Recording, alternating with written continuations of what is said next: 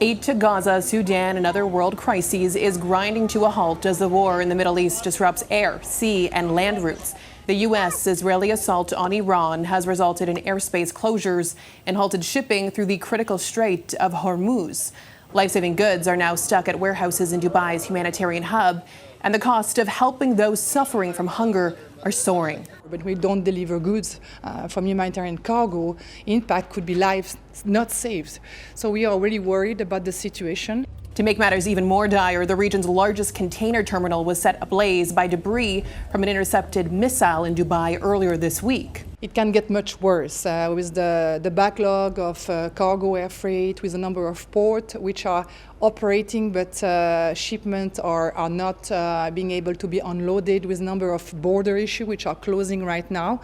Every day that this situation goes on creates a larger supply chain problem for us and for the world. Massive donor cuts are already straining the budgets of aid groups. Now those organizations face soaring operational costs, with costs for fuel, transportation, and insurance rising.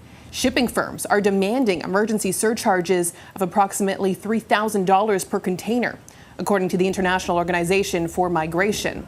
That means tents, tarps, and lamps destined for Gaza and the Israeli-occupied West Bank are stuck in the supply chain. We're particularly concerned about Africa. The impact is extending into North Africa, with aid officials saying famine-struck Sudan is particularly exposed. Sudan is approaching very shortly the 3-year mark of this terrible crisis, the largest displacement crisis in Africa. And of course, crises that are already extremely neglected and lacking immediate funding. And so this could be further exacerbated. And it's not just the cost; it's also the time. The time factor is quite critical here. We're talking about very important nodes in the global transportation network and the global supply chain network. What will happen is that people in dire need of assistance will have to wait longer for food. Aid organizations are searching for alternate shipping routes for delivering supplies. However, many of those backup options are now heavily congested and face lengthier custom processing times than usual.